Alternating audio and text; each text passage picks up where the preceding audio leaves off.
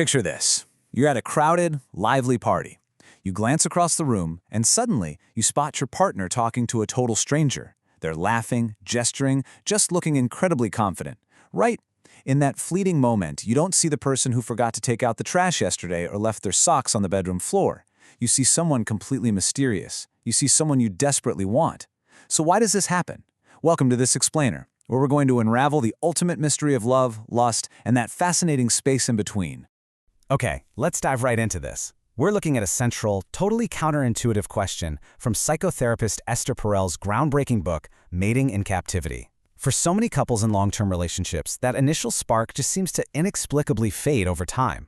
But the real question is, can we actually maintain a burning desire for someone whose life is already entirely intertwined with ours? Can you desire what you already have?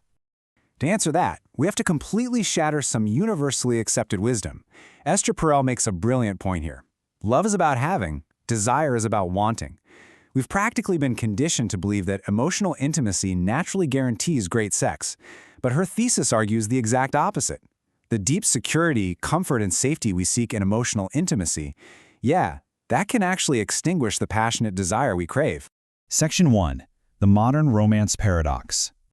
To truly understand why our passion fades, we need to zoom out and look at how our expectations of relationships have massively shifted. Modern romance is, quite literally, an unprecedented psychological experiment.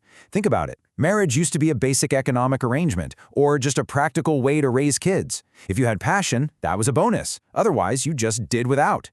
But today, we've basically abandoned a lot of traditional community support systems, and now we expect one single person to provide an entire village's worth of needs.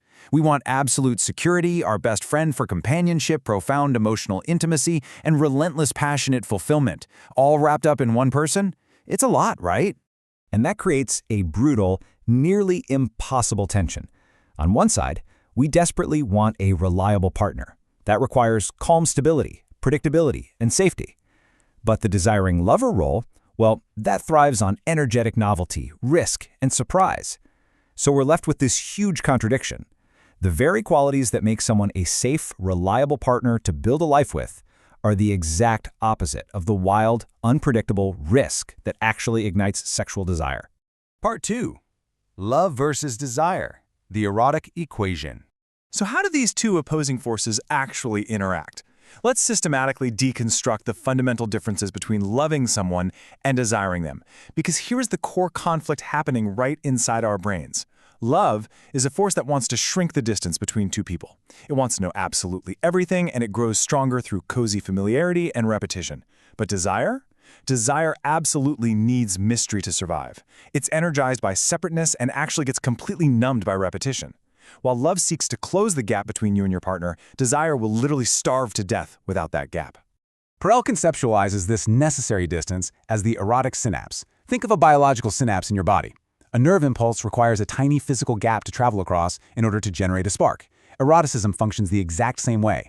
When couples merge so completely that they're finishing each other's sentences and sharing every single waking thought, they inadvertently destroy that psychological gap. And without that gap, there is simply nowhere for the spark of desire to cross. Section 3, Traps of Modern Intimacy. Case Studies in the Gap. Let's look at some clinical profiles to see exactly how eliminating this gap ruins passion for everyday couples. We see two incredibly common traps here.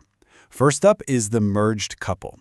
They confuse constant closeness with true intimacy. Their core issue?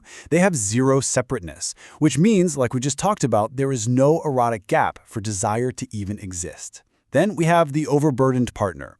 This is the person trying to be the best friend, the co-parent, the financial planner, and the wild lover all at once. The sheer weight of all that relationship multitasking and pressure utterly crushes any spontaneous passion. Let's ground this with a specific case, Adele and Alan. 7 years into a relationship, Adele felt incredibly secure, but she felt solely like a mother and a wife. Definitely not a sexual being. The spark was completely gone. But then, her breakthrough happened entirely by accident at a work function. She saw her husband Alan across the room, chatting confidently with his colleagues. And in that moment, she didn't see the guy who bickered with her about groceries. She saw a confident, separate stranger. Reintroducing that psychological distance instantly reignited her erotic spark. Just like that party scenario we started with. Which brings us to a highly provocative idea that really challenges modern cultural norms: the egalitarian dilemma. In modern relationships, we strive for perfect democracy, right? We negotiate, we compromise, everything is split 50-50 down the middle. And honestly, that is absolutely fantastic for a healthy domestic partnership. But it can be absolutely fatal for bedroom passion. We really have to understand the distinct difference between the politics and the poetics of sex. The politics ensure real-world equality and prevent abuses of power. But the poetics? They thrive on the exact opposite: transgression, inequality, surrender. Take a clinical profile like Elizabeth, the power player. She's a hyper-responsible school psychologist who manages everyone all day long. For her, sexual submission isn't some sort of weakness. It's a desperately needed vacation from her perfectly egalitarian, heavy responsibility daily life. Another massive intimacy trap to watch out for is the parental spouse. When couples have children, the erotic gaze is often entirely replaced by the caretaking gaze. And the danger here is that parenting requires intense selflessness. You literally have to put the child first. But eroticism, that requires a healthy dose of selfishness, the ability to focus completely on your own bodily pleasure and your pre-parent identity without feeling any guilt. If you can't switch off the selfless caretaker, you're going to completely shut down the selfish lover. We also have to critique what Perel calls the talk intimacy trap. In our modern Western model of relationships, we are heavily conditioned to believe that true, deep connection only comes from constant, verbal self-disclosure. Basically, if you aren't talking out all your feelings, you aren't being intimate. But this completely invalidates the non-verbal lover. While verbal intimacy is all about processing and analyzing out loud, physical intimacy speaks entirely through touch, presence, and bodily expression. When one partner uses physical touch as their primary loving language, and the other misjudges those overtures as just crude demands for sex rather than valid communication, the relationship suffers deeply. Part 4. Cultivating erotic intelligence. So knowing all of these traps, how do we actually fix this? How can everyday couples sustain desire over decades?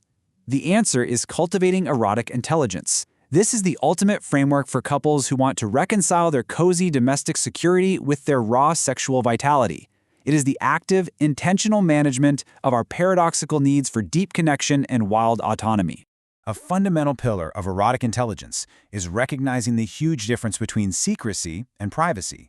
Toxic secrecy relies on deception and destroys trust, but healthy privacy? That is absolutely necessary.